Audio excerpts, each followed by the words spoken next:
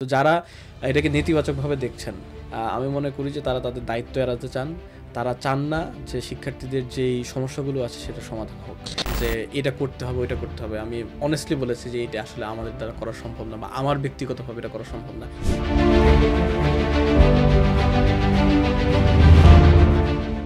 একজনের যখন পরীক্ষা থাকে তখন তার ইমিডিয়েট ডিউটি হচ্ছে যে তার পড়াশোনাটা করা। পছন্দের দুজন শিক্ষকের নাম বলুন।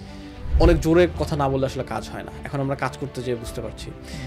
নারী শিবির কিনা বা গুপ্ত শিবির কিনা, এই ধরনের কথাবার্তা কিন্তু আমরা যতটা ইতিবাচক কাজ করি তার চেয়ে বেশি কে নেতিবাচক কাজ করেছে এইটা নিয়ে সময় বেশি দেই। Out of 4 3.93। জি, ডাকসুর যে কাঠামো, এই কাঠামো যথেষ্ট প্রবলেমেটিক। তো তখন আমি নিজে আশ্চর্য হয়ে গেছি যে ঠিক আসলে কার সাথে নেগোসিয়েশন হচ্ছে এবং কিভাবে নেগোসিয়েশন হচ্ছে। ইতিবাচক কাজ করলে শিক্ষার্থীরা গ্রহণ করবেন, মানুষ গ্রহণ করেন। এটার জন্য অবশ্যই আমি কৃতজ্ঞ আমার শিক্ষক মণ্ডলীর কাছে, বিশেষ করে ম্যামের কাছে। ফিমেল ভোটারদেরকে আকৃষ্ট করার জন্য কি আপনার পক্ষ থেকে কোনো কর্মসূচি ছিল? শিক্ষার্থীরা তো নির্দিষ্ট একটা ফি দেন প্রতি বছরই ডাকসুকে কেন্দ্র করে। সেই টাকাটা আসলে কোথায় গেল? আমাদের নির্দিষ্ট কিছু ভ্যালু আছে, কিছু প্রিন্সিপাল আছে। তো এই প্রিন্সিপালগুলোর সাথে আমরা কম্প্রোমাইজ করতে পারি না। খুবই ছোট দাবি যদি নিয়ে যাই, সেটা বাস্তবায়ন করতে 1 থেকে 1.5 মাস সময় লাগে। তো আমরা সর্বোচ্চ চেষ্টা করব যে যাতে সবগুলো ইশতেহার আমরা বাস্তবায়ন করতে পারি। আমাদের যে বিশ্ববিদ্যালয়, এই বিশ্ববিদ্যালয় গবেষণার জন্য উপযোগী না।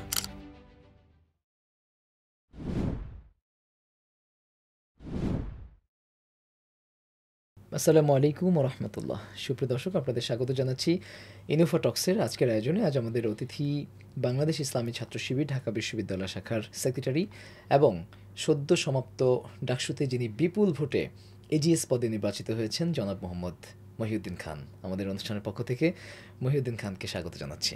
কেমন আছেন? আলহামদুলিল্লাহ ভালো আছি, আপনি কেমন আছেন? আছি আলহামদুলিল্লাহ, ভালো আছি। আপনি বিপুল ভোটে নির্বাচিত এজিএস এবং একই সাথে বিশ্ববিদ্যালয়ে প্রচণ্ড রকম জনপ্রিয় একজন ছাত্রনেতা। আপনি একই সাথে একাডেমিয়াতে যেভাবে নিজের মেধার স্বাক্ষর রেখেছেন এবং সেই সাথে বিশ্ববিদ্যালয়ের স্টুডেন্ট পলিটিক্সেও আপনি মেধার স্বাক্ষর রেখেছেন এবং ইনফ্যাক্ট ডাকসুতেও আপনি যেভাবে কাজ করছেন, তাতে সব কিছু মিলিয়ে আপনার মাঝে পড়াশোনা এবং রাজনীতির একটা চমৎকার মেলবন্ধন আমরা লক্ষ্য করছি। স্বভাবতই সাধারণ শিক্ষার্থীদের মাঝে আপনাকে নিয়ে একটা আগ্রহ আছে যে আসলে একই সাথে কিভাবে বিশ্ববিদ্যালয়ের রেজাল্ট, সিজিপিএ ভালো করা যায়, একই সাথে কিভাবে নিজের চরিত্র, মাধুর্য এবং নিজের নম্রতা, বিনয়কে ধরে রাখা যায়, এবং সেই সাথে রাজনীতিতেও কিভাবে ভালো করা যায়, কিভাবে আপনি এতগুলো জিনিসের মাঝে সমন্বয় করলেন, সেই গল্পগুলো মূলত আজকে জানতে চাই। প্রথমেই শুরু করতে চাই আপনার একেবারে ছোটবেলা থেকে। আপনার বাড়ি কোথায়? আমার বাড়ি জয়পুরহাটে, জয়পুরহাট সদরে। বেড়ে ওঠা শহরের কাছাকাছি একটা গ্রামে, ফলে মোটামুটি শহর এবং গ্রামের দুই ধরনের একটা সমন্বয় পেয়েছি বলা চলে। আচ্ছা, মানে ছোট থেকে যে একটা সমন্বয় পেয়েছেন, সেই সমন্বয়টা নিজের জীবনে বলা যেতে পারে, তবে এটা জেনেরিক হয়ে যায় আর কি। আচ্ছা আচ্ছা, এরপরে আপনার পড়াশোনা করেছি জয়পুরহাটেই। ক্লাস 1 থেকে আলিম পর্যন্ত পড়াশোনা করেছি। আমার বাড়ির পাশে একটি কামিল মাদ্রাসা আছে। আমাদের যে ইউনিয়ন, সেই ইউনিয়ন মোটা দাগে ইসলামের যে চর্চা, সেই চর্চার জন্য বলা যায় আশেপাশের এলাকাগুলোতে বিখ্যাত আর কি। আমাদের একটা ইউনিয়নে 3টা কামিল মাদ্রাসা আছে। একটা ইউনিয়নে তো এবং কামিল মাদ্রাসাগুলো এখন মাদ্রাসা শিক্ষা ব্যবস্থার যে অবস্থা, এই অবস্থাটা এখন বলা যায় যে শোচনীয়। কিন্তু আমরা যখন এসেছি বা আমরা যখন ক্লাস 8-9-এ পড়তাম, তখন আমরা দেখেছি যে বিভিন্ন জায়গা থেকে উত্তরবঙ্গের অনেকেই আসতেন, দিনাজপুর, রংপুর, নীলফামারী এসব এলাকা থেকে আসতেন এবং পড়াশোনা করতেন হোস্টেলে থেকে। তো সেই মাদ্রাসায় পড়াশোনা করা। সেখানে আবার হচ্ছে হোস্টেলও আছে? হ্যাঁ, হোস্টেলও আছে। প্রত্যেকটা কামিল মাদ্রাসারই আলাদা হোস্টেল আছে এবং শিক্ষকরা সেটা ম্যানেজ করে। মানে কামিল, আমি দর্শকদের জন্য বলছি যে কামিল মানে কিন্তু মাস্টার্স, মানে একটা ইউনিয়নে 3টা মাস্টার্স লেভেলের মাদ্রাসা। মাই গড! আমি তো পড়াশোনা সেখানে হানাইল নোমানের কামিল মাদ্রাসায় আলিম পর্যন্ত। এরপরে কিছুটা ট্রান্সফরমেশন আছে, কিছু চিন্তায়, আবার কিছু জায়গা থেকে মোটিভেশন ছিল। এসব মিলিয়ে পরবর্তী সময় আবার বিশ্ববিদ্যালয়ে আসা এবং এই কেন্দ্রিক প্রস্তুতি নেওয়া। কিন্তু মাদ্রাসায় যতদিন ছিলাম ততদিন মাদ্রাসা কেন্দ্রিক যেই পড়াশোনা এবং অ্যাক্টিভিজম, সেটাই ছিল মূল। আচ্ছা আচ্ছা, একটা মাদ্রাসাতেই আপনি ছোট থেকে আলিম পর্যন্ত পড়েছেন। আচ্ছা, এখানে আপনি হয়তো যে দিকটা ইঙ্গিত করছেন আমি জানি না ব্যাপারটা এমন কিনা যে মেধাবী শিক্ষার্থীরা মাদ্রাসায় আলিম পাশ করার পর আমরা দেখি যে তারা অনেকাংশে বিশ্ববিদ্যালয়মুখী হয়ে যায় এবং পরবর্তী মাদ্রাসা থেকে আসলে অনেকটা ছুটেও যায় বা মাদ্রাসার সেই লাইনটা আর কন্টিনিউ করতে পারে না। এটার কিছু কারণ আছে। আমি ব্যক্তিগতভাবে মনে করি যে গত রেজিমে বিভিন্নভাবে ইনস্টিটিউশনগুলোকে ধ্বংস করা হয়েছে। মাদ্রাসা শিক্ষা ব্যবস্থাকে ধ্বংস করা হয়েছে খুবই সিস্টেমেটিক উপায়ে। এটার উপরে সরাসরি কোনো অপারেশন চাপিয়ে নয়, বরং এখানে এমন একটা পরিবেশ তৈরি করা হয়েছে যে এটা একটা অকার্যকর শিক্ষা ব্যবস্থা। এই ধরনের একটা পরিস্থিতি তৈরি করার মাধ্যমে শিক্ষার্থী এবং অভিভাবক যারা আছেন প্রত্যেকের মনের ভেতরে এই জিনিসটা তৈরি করা হয়েছে যে মাদ্রাসায় যারা পড়াশোনা করবেন তারা নতুন করে আর অন্য কোনো কিছু করতে পারবেন না বা তাদের সেই স্কোপটা তারা পাবেন না।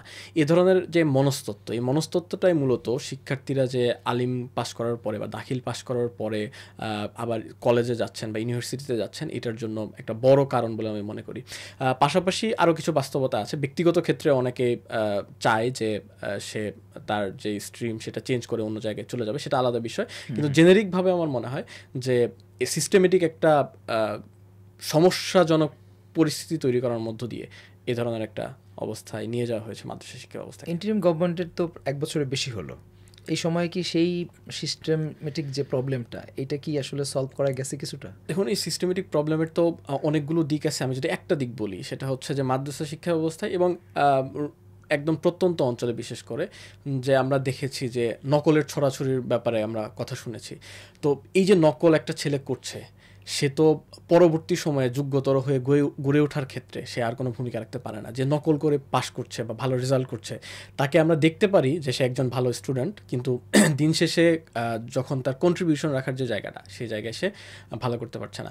ফলে এই যেই গ্যাপটা তৈরি হচ্ছে, তার যেই আমরা দেখতে পাচ্ছি যে যোগ্যতা এবং তার আসল কন্ট্রিবিউশনের জায়গা, এই গ্যাপটা যখন আমরা ম্যাচ করতে পারছি না, তখন দেখা যাচ্ছে যে মাদ্রাসা শিক্ষা ব্যবস্থা নিয়ে প্রশ্ন উঠছে। তো এটা একটা দিক। তো এই দিকগুলো হয়তো কেটে যাচ্ছে এবং আমি যতটুকু জানি এখন সার্বিকভাবে সুষ্ঠু পরিবেশ মেনেই পরীক্ষাগুলো হচ্ছে। আমরা যখন মাদ্রাসায় পড়াশোনা করেছি তখন দেখেছি যে এই ধরনের প্র্যাকটিস অনেক জায়গায় ছিল। তো ফলশ্রুতিতে আমি মনে করি যে এখন এটা করার সুযোগ আসছে এবং আমাদের কাজ করার যথেষ্ট জায়গা আছে মাদ্রাসা শিক্ষা ব্যবস্থাকে নিয়ে। একই সাথে শুধুমাত্র যে রাষ্ট্রের সুপারভিশন এটি শুধু নয়, বরং যারা মাদ্রাসা শিক্ষার সাথে জড়িত, শিক্ষক থেকে শুরু করে দায়িত্বশীল মহল, প্রত্যেকেরই এই জায়গায় যদি এগিয়ে আসেন তাহলেই বরং একটা মাদ্রাসা থেকে আসলে যেটা এক্সপেক্ট করা হয় সেই আউটপুটটা দেওয়া সম্ভব হবে। আচ্ছা, আমি মাদ্রাসা শিক্ষা ব্যবস্থার সাথে আরেকটা সম্পর্ক প্রশ্ন করি, সেটা হচ্ছে ব্যবসায় শিক্ষা যে অনুষদটা সেইটা নতুন করে মাদ্রাসা শিক্ষা ব্যবস্থা চালু হয়েছে এবং এটাকে আমরা দেখেছি ছাত্র শিবিরও আশীর্বাদ জানিয়েছে এবং ছাত্র শিবির এটিকে বিভিন্নভাবে কার্যকর করার জন্য, এটিকে বাস্তবায়ন করার জন্য কাজ করছে। আবার এর বিপরীত বক্তব্য কিন্তু আমরা পাচ্ছি যে আসলে একটা পর্যায়ে মাদ্রাসা শিক্ষা ব্যবস্থায় সায়েন্স বা বিজ্ঞান বিভাগ এটিকে আসলে অ্যাড করে শিক্ষা ব্যবস্থাটাকে অনেকটা জেনারেলমুখী করা হয়েছে। এখন আবার ব্যবসা শিক্ষা আসলে আরও বেশি জেনারেল হয়ে যাবে এবং এইভাবে কি আসলে আলটিমেটলি মাদ্রাসা শিক্ষা ব্যবস্থাটার তার স্বকীয়তা হারাবে কিনা? দেখুন, স্বকীয়তা হারানোর যে বিষয়টা আসছে এটা নির্ভর করে যে আমি কতটুকু আমার স্বকীয়তা ধরে রাখার জন্য প্রস্তুত। যদিও ব্যবসায় শিক্ষা যে বিভাগ এটা ছিল না দীর্ঘদিন ধরে, কিন্তু মাদ্রাসা শিক্ষা ব্যবস্থার যে আলাদা স্বকীয়তা এটা কিন্তু আমরা দেখিনি। মাদ্রাসা থেকে বেড়ে ওঠা বা মাদ্রাসা থেকে বিশ্ববিদ্যালয় পর্যায়ে আসা শিক্ষার্থীরা দেখা যাচ্ছে যে বিশ্ববিদ্যালয়ে এসে তার যে স্বকীয়তা, সেই স্বকীয়তা হারিয়ে ফেলছেন। অনেকে তার পরিচয় দিতে বিব্রত বোধ করছেন। তো মাদ্রাসা শিক্ষা ব্যবস্থা যে আলাদা একটা পরিচয়কে ধারণ করবে, এই ধারণ করার জন্য মাদ্রাসার সাথে যারা সম্পৃক্ত, মাদ্রাসায় যারা পড়াশোনা করেছেন বা করান, তাদের এগিয়ে আসা দরকার। আমরা এই বিতর্ক করতে পারি যে এটা আসলে প্রয়োজন নাকি প্রয়োজন না, এই বিতর্ক হতে পারে, কিন্তু সবচেয়ে গুরুত্বপূর্ণ যে বিষয়, যেটাকে এই কথাটা বারবার বলা হয় যে মাদ্রাসা শিক্ষা ব্যবস্থা এই যুগের যেই চাহিদা, সেই চাহিদার আলোকে মানে উত্তীর্ণ হতে পারে না বা কাল উত্তীর্ণ না। তো আমাদের কথা হচ্ছে যে যেই বিষয়গুলো অত্যন্ত প্রয়োজনীয় বা একজন স্টুডেন্টকে সুযোগ করে দেওয়ার ক্ষেত্রে, তার ভবিষ্যতে সে কী করতে চায় এই সুযোগটা করে দেওয়ার ক্ষেত্রে যে বিষয়গুলো অত্যন্ত জরুরি, সেটা মাদ্রাসা শিক্ষা ব্যবস্থা অবশ্যই থাকা উচিত। পাশাপাশি মাদ্রাসা শিক্ষা ব্যবস্থার যে আলাদা যে স্বকীয়তা সেটাও থাকা উচিত। কেননা আমি একজন স্টুডেন্টের তার অবশ্যই স্বপ্ন হতে পারে যে সে ব্যবসায় শিক্ষা নিয়ে পড়াশোনা করবে, কিন্তু শুধুমাত্র এই কারণেই সে মাদ্রাসা কন্টিনিউ করতে পারছে না। তো এই যে সংকটটা, এই সংকটটা তো আমাদের মোকাবিলা করতে হবে এবং তাদেরকে এই স্পেসটা দিতে হবে যাতে করে সে পরবর্তী সময়ে এই অপশনটা থাকে যেটা সে পার্সু করতে চায়। আচ্ছা, আপনি এরপরে ঢাকা বিশ্ববিদ্যালয়ে ভর্তি হলেন, কোন সাবজেক্টে যেন কন্টিনিউ করেছেন? আমি পাবলিক অ্যাডমিনিস্ট্রেশনে, যেটাকে লোক প্রশাসন বিভাগ বলা হয়, পাবলিক অ্যাডমিনিস্ট্রেশনে ভর্তি হয় এবং তারপর থেকে পাবলিক অ্যাডমিনিস্ট্রেশনের সাথে আছি। আচ্ছা আচ্ছা, অনার্স শেষ করেছেন, মাস্টার্সও শেষ করেছেন? জি, অনার্স এবং মাস্টার্স শেষ। অনার্সে কত রেজাল্ট ছিল আপনার? অনার্সের রেজাল্ট ছিল 3.93, মাস্টার্স আউট অফ 4 3.93। জি, মাস্টার্সে ছিল 3.97। মাই গড। না, আমাদের একটা কথা ডিসক্লেমার দিয়ে রাখা ভালো যে বিশ্ববিদ্যালয়গুলো ডিপার্টমেন্ট এক একটা এক একভাবে চলে এবং তাদের স্বকীয়তা আছে। আমাদের ডিপার্টমেন্টের রেজাল্ট মোটামুটি ভালো, ফলে এটাকে মানে জেনারেলি ভালো, ফলে এটাকে অনেক বেশি মনে করার কারণ নাই। আশেপাশে এরকম রেজাল্ট আছে, আগে পরে আর কি। আচ্ছা আচ্ছা, আপনি তো তাহলে ডাবল ফার্স্ট বলা যায়। হ্যাঁ। আচ্ছা আচ্ছা, গ্রেট। এবং স্বর্ণপদকও সম্ভবত পাবেন ভবিষ্যতে। ভবিষ্যতে কি হবে সেটা ঠিক জানি না, তবে আশা করছি। আচ্ছা, ডাকসুতে আপনি নির্বাচিত হয়েছেন, তবে তার আগেই আপনি ছাত্র শিবিরের রাজনীতির সাথে জড়িত। ঠিক কখন ছাত্র শিবিরের রাজনীতির সাথে জড়িত হয়েছেন? এখন আমার পরিবার সাংগঠনিকভাবে ইসলামের যে আদর্শ, সেই আদর্শের সাথে বলা যায় যে সেই আদর্শে বিশ্বাসী এবং প্র্যাকটিসিং। এর পাশাপাশি ছাত্র শিবিরের সাথে আমার ইমিডিয়েট যে ফ্যামিলি মেম্বার তারা জড়িত ছিলেন, বড় ভাই এবং অন্যান্যরা। ফলে ছাত্র শিবিরের সাথে এক ধরনের পারিবারিক সম্পর্ক ছিল বলা যায়। তো ঠিক কখন ছাত্র শিবিরে এসেছি এটা আমি মনে করতে পারি না, কারণ ভাইদের সাথে আগে থেকেই চলাফেরা ছিল, ওঠা বসা ছিল। তো মানে একদম আনুষ্ঠানিকভাবে কখনো ছাত্র শিবিরে প্রবেশ করা হয়নি আর কি। তবে ছাত্র শিবিরকে বুঝে শুনে বা যে সাংগঠনিক যে কাঠামো, সেই কাঠামোতে আসা আমি যখন ক্লাস 7-এ পড়ি তখন 2012 সালের শুরুর দিকে, মার্চে, তখন আমি ছাত্র শিবিরের সাথী হই। যদিও এটা নিয়ে পরবর্তীতে আমি চিন্তা করেছি যে আসলে কতটুকু ঠিক যেই লিটারেচার আমরা পড়ি সেই লিটারেচার বুঝে শুনে সংগঠনে আসতে পেরেছি। তবে পরবর্তীতে অবশ্যই সেই লিটারেচারগুলো পড়েছি এবং বুঝেছি। আবার পড়েছেন? হ্যাঁ, আবার পড়েছি। স্বাভাবিক, আপনি ক্লাস 7-এ যেহেতু সাথী হয়েছেন, জি, সেক্ষেত্রে ক্লাস 7-এ একটা বাচ্চার পক্ষে মানে শিবিরের যে সাথী সিলেবাস, এইটা আসলে বোঝাটা একটু ডিফিকাল্ট। সদস্য হয়েছেন কবে? সদস্য হয়েছি বিশ্ববিদ্যালয়ে আসার পরে। সদস্য হই 2020 সালের এপ্রিলে। আচ্ছা, এই জার্নিটা ছিল, আমি আগে সদস্য প্রার্থী ছিলাম জয়পুরহাট থেকেই, পরবর্তী সময় বিশ্ববিদ্যালয়ে এসে সদস্য হই। আচ্ছা, এবং এরপরে কি কি দায়িত্ব পালনের মধ্য দিয়ে আপনি আজকের এই পর্যায়ে? আগে যখন জয়পুরহাটে ছিলাম তখন একটা থানার বায়তুল মাল সম্পাদক ছিলাম। এর পরবর্তী সময় বিশ্ববিদ্যালয়ে আসি, বিশ্ববিদ্যালয়ে এসে সদস্য হই। সদস্য হওয়ার পরবর্তীতে বিভিন্ন জায়গায় দায়িত্ব পালন করি, বিভিন্ন বিভাগে। আমাদের বিশ্ববিদ্যালয়ে বেশ কিছু বিভাগ রয়েছে, যে বিভাগগুলোর মাধ্যমে কার্যক্রমগুলো পরিচালনা হয়, ছাত্র কল্যাণ বিভাগ থেকে শুরু করে অন্যান্য বিভাগগুলো। অফিস বিভাগে কাজ করেছি, বায়তুল মাল বিভাগে কাজ করেছি, বিশ্ববিদ্যালয়ের সাংগঠনিক সম্পাদক হিসেবে কাজ করেছি, বর্তমানে সেক্রেটারি হিসেবে কাজ করছি। আচ্ছা আচ্ছা, বিশ্ববিদ্যালয় নিয়ে একটা কথা শোনা যায় যে এখানে সাংগঠনিক সম্পাদক কি সেক্রেটারি হন, সেক্রেটারি সভাপতি হন। এটার কি কোনো ব্যতিক্রমী কোনো ঘটনা কি ঘটেছে কখনো? আমি স্পেসিফিক বলবো না, তবে ব্যতিক্রমী ঘটনা ঘটেছে। এটি যদি আপনারা আগের সময়গুলোতে দেখেন তাহলে দেখতে পাবেন যে অনেকেই সাংগঠনিক সম্পাদক থাকা অবস্থায় বিদায় নিয়েছেন। এর সংখ্যাটা আসলে অনেক। সেক্রেটারি থাকা অবস্থায় বিদায় নিয়েছেন, এই সংখ্যাটা কম, তবে বিদায় নিয়েছেন এরকম অনেকে আছেন। বলে যেই জেনারিক কথা বলা হয় যে এভাবে মানে এটা একটা স্তর বিন্যাস বা এভাবে, বিষয়টাকে আমরা এভাবে দেখি না। আচ্ছা আচ্ছা, এমনিতে এটা কি কোনো নেগেটিভ দিক আছে এটার? মানে সাংগঠনিক সম্পাদক তিনি সেক্রেটারি হলেন বা সেক্রেটারি সভাপতি হলেন, তো তাতে আসলে কি কোনো প্রবলেম আছে কিনা? আমার মনে হয় যে কোনো প্রবলেম নাই, কারণ হচ্ছে যে পরামর্শ এবং যে মতামত, আমরা যেটাকে ভোট বলে থাকি, আমরা বলি সেটাকে মতামত এবং পরামর্শ, সেই পরামর্শের আলোকেই তারা মনোনীত এবং নির্বাচিত হন। ফলে যখন আমরা দেখতে পেয়েছি যে অধিকাংশ সদস্য তাদের মতামত, পরামর্শ বা ভোট, আপনি তো 3টা পদের কথা বললেন, এই 3টা পদের কাউকে দিচ্ছেন না, তখন সেখানে তারা আসতে পারেন না। ফলে এই ঘটনাগুলো ঘটেছে, যেই কারণে ঘটেছে সেটা হচ্ছে ভোট বা তাদের মতামতটা না পাওয়ার কারণে। আচ্ছা আচ্ছা, তো আপনি এতগুলো দায়িত্ব পালনের পাশাপাশি বিশ্ববিদ্যালয়ে আপনি অনার্সেও ফার্স্ট হয়েছেন, মাস্টার্সেও ফার্স্ট হয়েছেন, এবং আমার জিজ্ঞাসা জায়গাটা এটা শুধু আমার না, ম্যাক্সিমাম শিক্ষার্থী জিজ্ঞাসা জায়গা যে একই সাথে কিভাবে আপনি ছাত্র রাজনীতিটাকেও করেছেন এবং খুব ভালোভাবে করেছেন। এবং সেই সাথে আপনি একাডেমিক পড়াশোনাটাকেও খুবই চমৎকার করে শেষ করেছেন। এই দুইটাতে সমন্বয়টা একটু যদি আমাদের শিক্ষার্থীদের উদ্দেশ্যে একটু বুঝিয়ে বলেন। দেখেন, ছাত্র রাজনীতি আসলে কীরকম হওয়া উচিত, এই ফ্রেমওয়ার্কটা সেট করেছে আমি বলবো যে ছাত্রলীগ আমাদের সামনে, অন্তত আমাদের যেই টাইম পিরিয়ড, এই টাইম পিরিয়ডে আমরা অন্য কাউকে পাইনি।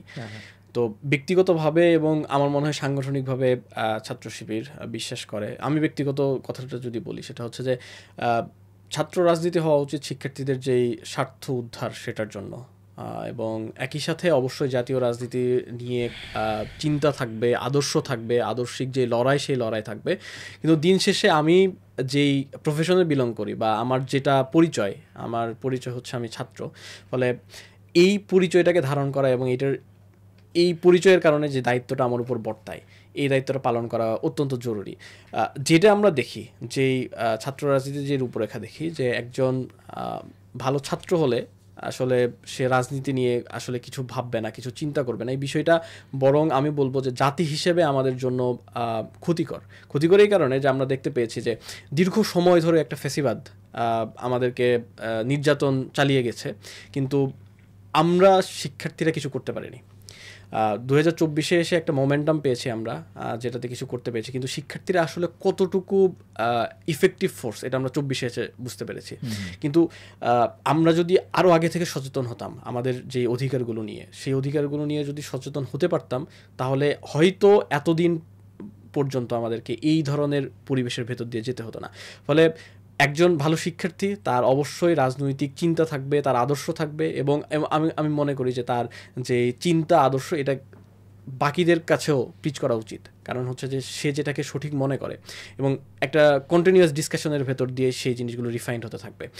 পাশাপাশি আবার একজন অ্যাক্টিভিস্ট যিনি ছাত্র রাজনীতি করেন, তার একাডেমিক জায়গাগুলোতে জানাশোনা থাকা উচিত যে ঠিক আসলে একাডেমিক কোন জায়গাতে শিক্ষার্থীদের সমস্যা হচ্ছে। শুধুমাত্র এটাই তো না যে শিক্ষার্থীরা কিছু কিছু জায়গায় অভাব বোধ করছেন, শিক্ষার্থীদের একাডেমিক সমস্যাগুলো কি, সেটা নিয়ে যদি আমি যদি সেই সমস্যাটা ফেস না করি বা আমি যদি সেটা বুঝতে না পারি, তাহলে শিক্ষার্থীদের ওই সমস্যাগুলো আসলে অ্যাড্রেস করা সম্ভব হবে না। তো আমি মনে করি যে দুইটাকে আমরা আমাদের সমাজে কনফ্লিক্টিং আকারে দেখি, এটা থেকে যদি আমরা বের হয়ে আসতে পারি, ছাত্র রাজনীতি নিয়ে যে ধরনের তিক্ত অভিজ্ঞতা শিক্ষার্থীদের ভেতরে আছে এটা কেটে যাবে।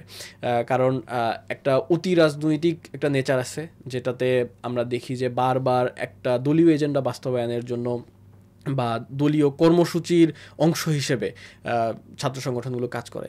এটা থেকে বের হয়ে এসে যদি শিক্ষার্থীদের অধিকার আদায়ের জন্য কাজ করা যায়, আমি মনে করি যে ছাত্র রাজনীতির যে বর্তমান বা আগের যে ফ্রেমওয়ার্কটা ছিল সেটা থেকে নতুন যে ফ্রেমওয়ার্কের কথা আমি বলছি, এটা বরং আরও বেটার, এবং শিক্ষার্থীরা এটাকে গ্রহণ করছেন। আমরা আমাদের ব্যক্তিগত অভিজ্ঞতা থেকে এটার প্রমাণ পেয়েছি। কিন্তু এই ক্ষেত্রে আপনি যেমন বিশ্ববিদ্যালয়ে নিয়মিত ক্লাস করতে হয়, সেখানে ক্লাসের উপর মার্কস দেওয়া হয়, তো এমন কখনো হয় না যে আপনার এই মুহূর্তে খুবই জরুরি একটা মিটিং বা একটা সমাবেশ, একটা সভা, একটা কর্মসূচি, বাট আপনার হচ্ছে কালকে পরীক্ষা আছে, অথবা আজকে আপনার খুব গুরুত্বপূর্ণ একটা ক্লাস, এটা এখন মানে তখন কি করেন আসলে? এটা তো হয়, ওভারল্যাপিং অনেক কিছু হয়, কিন্তু একটা বিষয় আমি বলবো যে ছাত্র শিবিরের ক্ষেত্রে পজিটিভ, সেটা হচ্ছে যে ছাত্র শিবির মনে করে যে একজন আমার অ্যাক্টিভিস্ট, কিন্তু তার পরিচয় ছাত্র, এটাই তার মূল পরিচয়। ফলে একজনের যখন পরীক্ষা থাকে তখন তার ইমিডিয়েট ডিউটি হচ্ছে যে তার পড়াশোনাটা করা। হয়তো এই শিডিউলটা চেঞ্জ করা যাবে, অথবা ওই কর্মসূচিতে তারা অংশগ্রহণ না করলেও চলবে। ফলে আমি যখন এই ফ্লেক্সিবিলিটিটা পাই আমার পরিসরে, তখন আমি আমার মতো করে কাজ করতে পারি। একজন লিডার হিসেবে কি আপনি এটা পান? আপনি সেক্রেটারি, আপনি নিজেই কর্মসূচি থ্রো করছেন। আমি যখন কর্মী ছিলাম তখন এটা আমি পেয়েছি। এখন আমি যখন আমার লিডারশিপ পজিশন থেকে যখন আমি দেখি যে আমার ম্যাক্সিমাম ম্যান পাওয়ারের এখন পরীক্ষা চলছে বা এই ধরনের ব্যস্ততা আছে, তখন আমি সেই সময়গুলোতে প্রোগ্রাম রাখি না। অর্থাৎ যেই সময়টাতে ক্লাস চলে সেই সময়টাতে আমরা প্রোগ্রাম রাখি না। যেই সময়টাতে সবাই ফ্রি থাকে, যেমন ছুটির দিনগুলোতে, যেমন বিশেষ করে কেরিয়ার ডেভেলপমেন্ট রিলেটেড এবং হচ্ছে স্কিল ডেভেলপমেন্ট রিলেটেড যেই কার্যক্রমগুলো আমরা পরিচালনা করি, আমরা চেষ্টা করি ছুটির দিনগুলোতে রাখতে, যাতে করে সবাই এটা ফ্লেক্সিবলি এটাতে অ্যাটেন্ড করতে পারে। আচ্ছা, চমৎকার। আপনি তো অনেক জায়গায় পড়াশোনা করেছেন এবং মাস্টার্স পর্যন্ত আসতে অনেক শিক্ষককে আপনি ফেস করেছেন, বা ফেস করা বলবো না, অনেক শিক্ষকের কাছ থেকে আপনি হচ্ছে জ্ঞান লাভ করেছেন এবং তাদের স্নেহ ভালোবাসায় আপনি সিক্ত হয়েছেন। আপনার পছন্দের দুজন শিক্ষকের নাম বলুন। আমি স্পেসিফাই করব না, এটা খুবই কঠিন প্রশ্ন। আমি কারো নাম না বলেই বলি যে আমার অনেক শিক্ষক রয়েছেন, প্রত্যেকেই তাদের জায়গা থেকে কন্ট্রিবিউট করেছেন। আমি মানে আমার যে জীবন, সেই জীবনকে গঠন করার জন্য তারা পরামর্শ দিয়েছেন, শাসন করেছেন, স্নেহ দিয়েছেন। এজন্য আমি আলাদা করে কাউকে স্পেসিফাই করব না। তবে প্রত্যেকের সাথেই আলাদা আলাদা জায়গায় আমার অভিজ্ঞতা আছে, স্মৃতি আছে। সেই স্মৃতিগুলো বিশেষ করে যারা কন্টিনিউয়াসলি গাইড করেছেন আমাকে, শুধুমাত্র শিক্ষা জীবনকে নিয়ে না, মানুষ হিসেবে কিভাবে গড়ে ওঠা যায়, পাশাপাশি আমি একটা রাজনৈতিক দলের সাথে জড়িত, এই জায়গায় ঠিক কীভাবে, অবশ্যই চ্যালেঞ্জ আছে, তো সেই চ্যালেঞ্জগুলোকে কীভাবে মোকাবেলা করা যায়, সমস্ত কিছু নিয়ে অনেকেই পরামর্শ দিয়েছেন। এই কারণে আসলে আমি দুইজন বা একজনকে স্পেসিফাই করতে চাই না।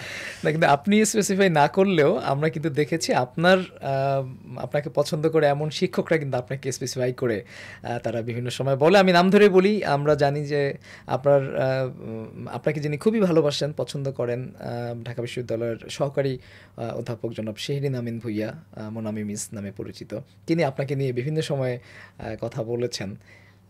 তো এই যে মানে শিক্ষকদের পক্ষ থেকে যে ভালোবাসা, এবং তারা যখন পাবলিক স্পেয়ারও এই কথাগুলো বলে, তখন আসলে একজন ছাত্র এবং একজন পলিটিশিয়ান হিসেবে আপনারা কতটা ইন্সপায়ার্ড হন? দেখুন, একটা বিষয় আমি বিশ্ববিদ্যালয়ে এসে দেখেছি যে ছাত্র রাজনীতি যারা করে তারা একটু বেশি অ্যাগ্রেসিভ, একটু জোরে কথা বলবেন, এই ধরনের একটা টোন আমরা আগে থেকেই দেখে আসছি। তো এই বিষয়টা ছাত্র শিবিরের কর্মী হিসেবে আমরা এই শিক্ষাটা পাইনি আর কি। আমরা মনে করি যে একটা নেগোসিয়েশনের ভেতর দিয়ে আমরা আমাদের অধিকারগুলোকে আদায় করব। তো এই কারণে যেই আচরণ বা আচরণের জায়গা, সেই জায়গায় আমরা একটা বেসিক ডিসেন্সি মেনটেন করার চেষ্টা করি। এবং আমি মনে করি যে আমার আলাদা কোনো কিছুই করতে হয়নি আসলে। এই বেসিক ডিসেন্সির যে শিক্ষাটা আমি আমার পরিবার থেকে পেয়েছি, আমার সংগঠন থেকে পেয়েছি এবং ইনস্টিটিউশনগুলো থেকে পেয়েছি, সেটার কারণেই এ ধরনের পজিটিভ ফিডব্যাক এসেছে। এটার জন্য অবশ্যই আমি কৃতজ্ঞ আমার শিক্ষক মণ্ডলীর কাছে, বিশেষ করে ম্যামের কাছে। কিন্তু আমাদের মনে হয় যে আমাদের আরও কাজ করা উচিত, আরও সতর্ক থাকা উচিত। আমরা আসলে এমন একটা পরিবেশে কাজ করি যে পরিবেশটাতে অনেক জোরে কথা না বললে আসলে কাজ হয় না। এখন আমরা কাজ করতে যেয়ে বুঝতে পারছি। তো এক্ষেত্রে হয়তো আমরা কোনো ভুল করে ফেলতে পারি। শিক্ষকদের কাছে অবশ্যই এই অনুরোধ থাকবে যে আমরা যদি ভুল করে থাকি তাহলে আমাদেরকে শুধরিয়ে দিবেন। আমরা আগে যেরকম ছিলাম সেরকম যাতে থাকতে পারি, সেই শাসনটুকু করার অধিকার তাদের আছে। এবং সেই মোনামি ম্যাডামের সেই বক্তব্যের পর বা সেই কথার পরে কিন্তু বিভিন্নভাবে তিনি এই প্রশ্নের সম্মুখীন হচ্ছেন যে তিনি আসলে নারী শিবির কিনা বা হচ্ছে গুপ্ত শিবির কিনা, এই ধরনের কথাবার্তা কিন্তু। ম্যামের সাথে আমার ইন্টারাকশন খুব বেশি দিনের না আর কি। ম্যাম সরাসরি আমার কোনো কোর্স অফার করেননি বা কোর্স টিচার ছিলেন না, কিন্তু ম্যামের সাথে সম্পর্ক ছিল। ম্যাম স্টুডেন্ট অ্যাডভাইজার ছিলেন, বিভিন্ন বিষয়গুলো নিয়ে আমরা যেতাম। আমি ডিপার্টমেন্টের সিআর বা আমাদের ডিপার্টমেন্টে টিএ বলা হয়, টিচিং অ্যাসিস্ট্যান্ট। তো সেই কারণে বিভিন্ন ইস্যু নিয়ে ম্যামের কাছে যাওয়া হতো। এর পরবর্তী সময়ে জুলাই আন্দোলনকে কেন্দ্র করে ম্যামের সাথে আলাদা করে একটা মানে যোগাযোগের ক্ষেত্র তৈরি হয়। বিশেষ করে ডিপার্টমেন্টে বেশ কিছু জায়গায় কমপ্লেক্সিটি ছিল, রাজনৈতিক কমপ্লেক্সিটিও ছিল। তো সেগুলোকে কেন্দ্র করে দেখা যাচ্ছে যে খুব কম সংখ্যক শিক্ষকই জুলাই আন্দোলনে সরাসরি ভূমিকা রেখেছেন, শুধুমাত্র আমার বিভাগে না, পুরো বিশ্ববিদ্যালয়ে। তো এক্ষেত্রে ম্যাম যেহেতু অগ্রগামী ছিলেন, এই কারণে তার সাথে সেই ইন্টারেকশনটা ছিল আন্দোলন কেন্দ্রিক। তো এই সব মিলায়ে একটা পরিবেশ যে তৈরি হয়েছে, এই পরিবেশের আলোকেই এই আউটপুটটা এসেছে আর কি। আচ্ছা, এই যে বললেন যে খুব কম শিক্ষক হচ্ছে জুলাই আন্দোলনটাতে সরাসরি বা প্রত্যক্ষ ভূমিকা ছিল, কিন্তু 5 তারিখের পরে যে সকল শিক্ষক মণ্ডলী আসলে জুলাই আন্দোলনকে ধারণ করতেন না, তারা তো এখনো স্বপদে খুব সুন্দরভাবে বহাল আছেন।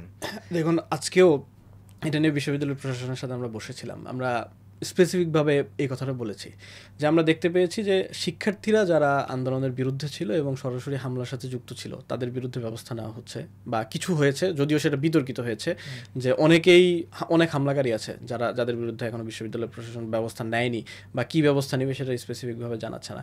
কিন্তু ঠিক কী কারণে যারা কর্মকর্তা আছেন এবং যারা শিক্ষক আছেন তাদের বিরুদ্ধে কোনো ধরনের ব্যবস্থা এখন পর্যন্ত আমরা দেখিনি। এটা নিয়ে আমরা আজকেও কথা বলেছি বিশ্ববিদ্যালয় প্রশাসনের সাথে। তারা আমাদের বলেছেন যে তারা দ্রুত ব্যবস্থা নেবেন, কিন্তু আমরা যেই রিয়েলিটি দেখতে পাচ্ছি, এই রিয়েলিটিতে তারা দ্রুত সময়ের ভিতরে আসলে ব্যবস্থা নিতে পারবেন বলে আমরা মনে করি না, বা তাদের জায়গা থেকে এটা তারা করবেন না বলে আমার কাছে মনে হয়। কিন্তু একই সাথে আমরা যেহেতু শিক্ষার্থীদের যে ম্যান্ডেট, সেই ম্যান্ডেটও পেয়েছি, এবং আমরা এই জায়গায় থাকতাম না যদি জুলাই আন্দোলন সফল না হতো।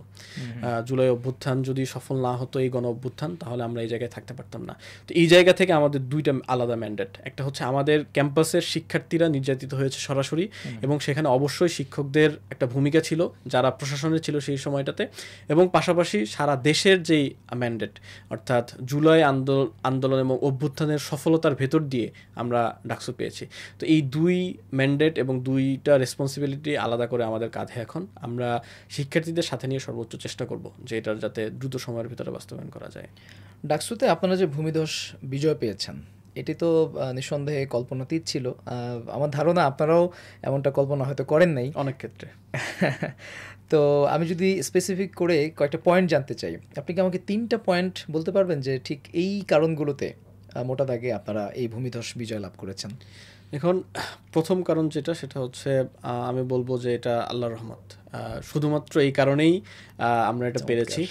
এর বাইরে আমার মনে হয় যে আমরা এত কিছু করিনি যেটার কারণে এ ধরনের ভূমিধস বিজয় আমরা পাবো। এটা হচ্ছে প্রথম বিষয়। দ্বিতীয় বিষয় হচ্ছে যে আমরা ছাত্র রাজনীতির যেই রূপরেখার কথা আমি বারবার বলেছি, এইটা পরিবর্তন যে আসলে করা যায়, এটা আমরা দেখানোর চেষ্টা করেছি। আমরা বলছি না যে আমরা পুরোপুরি চেঞ্জ করতে পেরেছি, কিন্তু এটার জন্য যে চেষ্টা করা যায় এবং সেটা আসলে বাস্তবায়নযোগ্য, এইটা আমরা দেখানোর চেষ্টা করেছি। এবং যেহেতু একটা বড় আকাঙ্ক্ষা ছিল শিক্ষার্থীদের ভেতরে যে আগের যেই মানে রাজনীতি তারা দেখেছেন, যে নিষ্পেষণের রাজনীতি দেখেছেন, সেটা তারা দেখতে চান না। তো আমরা একদম শুরু থেকে, যেদিন থেকে আমরা কাজ শুরু করেছি, সেদিন থেকে আমরা প্রতিটা ক্ষেত্রে আমরা চেষ্টা করেছি শিক্ষার্থীদের কাছে অ্যাকাউন্টেবল থাকার, তাদের কথা শোনার, তাদের স্বার্থ রক্ষার জন্য কাজ করার। তো এই কাজগুলো যখন আমরা করেছি, তখন শিক্ষার্থীরা আমাদেরকে গ্রহণ করেছেন এবং তারা আমাদের মতামতের ভিত্তিতে তারা আমাদের তাদের প্রতিনিধি নির্বাচন করেছেন। এটা হচ্ছে দ্বিতীয় বিষয়। তৃতীয় বিষয় হচ্ছে যে বাংলাদেশের রাজনীতি মৌলিকভাবে নেতিবাচক। আমরা যতটা ইতিবাচক কাজ করি, তার চেয়ে বেশি কে নেতিবাচক কাজ করেছে এইটা নিয়ে সময় বেশি দেই। তো আমরা এটা থেকে বের হয়ে আসার চেষ্টা করেছি। আমরা চেষ্টা করেছি যে কে কোন কাজ করলো, আমাকে নিয়ে কী সমালোচনা করলো, এটার দিকে আমরা নজর দিব না। আমাদের মূল কাজ হবে যে সমস্যাগুলো কোনটা সেটা ফাইন্ড আউট করা, আমাদের ক্যাপাসিটি কতটুকু আছে সেটার আলোকে সেই সমস্যাটার সমাধান করা। এটা একটা ইতিবাচক কাজ। আমরা প্রত্যেকের কাছে আহ্বান করব যে নেতিবাচক কাজ করে আসলে খুব বেশি যেই প্রচারণা বা নিজের যে ইমেজ, সেটা বৃদ্ধি করা যায় না। বরং ইতিবাচক কাজ করলে শিক্ষার্থীরা গ্রহণ করবেন, মানুষ গ্রহণ করেন, এবং এটাকে সবাই ইতিবাচকভাবে দেখেন। এই তিনটাকে আমি মনে করি যে আমাদের বিজয়ের জন্য মৌলিকভাবে কাজ করেছে। এই তিনটা কারণে কি ছাত্রদলের পরাজয়েরও কারণ বলে মনে করেন? মানে তাদের মধ্যে ছিল না এই কারণে? আমি ছাত্রদলের পরাজয়ের কারণ এই কারণে মনে করি এরকম না, কারণ এটা এভাবে বললে পুরো একটা জনগোষ্ঠীকে বা পুরো একটা দলকে বলা যায় যে অপরায়ণ করা হয়। আমি এভাবে বলবো না, তাদের অনেক ভালো কাজ ছিল। আসলে প্রত্যেকটা ছাত্র সংগঠনই চেষ্টা করেছে যে, আমি ক্যাম্পাসগুলোতে তো দেখেছি, বিশেষ করে আমার ক্যাম্পাসে দেখেছি, ছাত্র রাজনীতি নিয়ে অনেকের অনেক ধরনের পারসেপশন ছিল যে আবার অনেক নিষ্পেষণ আসবে, অনেক ধরনের কমপ্লেক্সিটি তৈরি হবে। কিন্তু সকল ছাত্র সংগঠনই চেষ্টা করেছে যে ইতিবাচকভাবে কাজ করার। কেউ হয়তো বেশি করেছে, কেউ হয়তো কম করেছে, এটার কারণে এই পার্থক্যটা তৈরি হয়েছে। কিন্তু আমি মনে করি যে প্রত্যেকটা ছাত্র সংগঠন ইতিবাচকভাবে কাজ করেছে। কিন্তু সর্বশেষ যে পয়েন্টটা বললাম, সেই পয়েন্টে আমরা বারবার বলেছি আসলে যে আরেকজন কি করছে, অবশ্যই কেউ ভুল করলে সেটা নিয়ে কথা বলতে হবে, রাজনৈতিক যে শিষ্টাচার সেটার ভেতরে থেকে। কিন্তু আমরা দেখেছি যে এই শিষ্টাচারটা আসলে ধরে রাখা হয়নি। বারবার একটা বিষয় নিয়ে বারবার কথা এসেছে, এবং সেই কথার আলোকে তখন শিক্ষার্থীরা দেখেছেন যে যেই রাজনৈতিক যেই উদ্দেশ্য, সেই উদ্দেশ্য হাসিলের চাইতে বরং রাজনীতিটাই করা হচ্ছে। এই কারণে হয়তো শিক্ষার্থীরা তাদের মতামত দিয়েছেন আমাদের জন্য। আপনি যখন ডাকসু নির্বাচন হয় এবং নির্বাচন পরবর্তী সবাই যখন ফলাফলের জন্য অপেক্ষা করছে, ঠিক সেই সময়ে এটি গভীর রাতে আপনি একটি ফেসবুক স্ট্যাটাস দিয়েছেন। ডাকসু নিয়ে ক্যাম্পাসের শিক্ষার্থীদের মাঝে যে উচ্ছ্বাস আমরা দেখছি এই গভীর রাতে, সে উচ্ছ্বাস আমাদের আশা যোগায়। ফলাফলের চাইতেও যেন এই মুহূর্তটুকু গুরুত্বপূর্ণ হয়ে উঠেছে শিক্ষার্থীদের কাছে। আপনার এই স্ট্যাটাসকে ঘিরে বিশ্ববিদ্যালয় শিক্ষার্থীদের মাঝে এমন একটি গুঞ্জন উঠেছিল যে সম্ভবত উপর মহলে যে নেগোসিয়েশন হচ্ছে সেই নেগোসিয়েশনে হয়তো বা আপনাকে একটা কুরবানি দেওয়ার চিন্তা ভাবনা চলছে, মানে এজিএস পদটা হয়তো বা শিবিরই জিতেছে, কিন্তু তারা হয়তো কোনো কারণে নেগোসিয়েশনের কারণে এই পদটা হয়তো বা ছেড়ে দিতে বাধ্য হচ্ছে, এবং আপনিও হয়তো বা সেটি জানতে পেরেছেন, দ্যাটস ওয়াই আপনি এইভাবে একটি স্ট্যাটাস দিয়েছেন। ব্যাপারটা কি আসলে এমনই ছিল? না, ব্যাপারটা এরকম ছিল না। আমি যে মোমেন্টে স্ট্যাটাস দিচ্ছি, আমি বাইরে ছিলাম সিনেট ভবনের, ঠিক সেই সময়টাতে ভেতরে গান চলছিল। মানে বাংলাদেশ এবং বিশেষ করে আমাদের ঢাকা বিশ্ববিদ্যালয় ক্যাম্পাসে ছাত্র রাজনীতি ছিল, যে ছাত্র রাজনীতি যারা করে তারা একটা গ্রুপ এবং শিক্ষার্থীরা একটা গ্রুপ, এ ধরনের একটা পরিস্থিতি ছিল আগে। কিন্তু আমরা যেই উচ্ছ্বাসটা দেখলাম, অর্থাৎ রেজাল্ট কি হবে, তারা যেহেতু তাদের ভোটাধিকার প্রয়োগ করছেন, তো তারা রাতে সকলে এসেছেন যে রেজাল্টটা জানার জন্য। যদিও সেই সময়টাতে ফলাফল ঘোষণা করা হয়নি, কিন্তু সিনেট ভবনের যে সভাকক্ষ সেটার ভেতরে ঢুকে শিক্ষার্থীরা বসে আছেন, তারা গান গাচ্ছেন তাদের মতো করে, তারা আড্ডা দিচ্ছেন।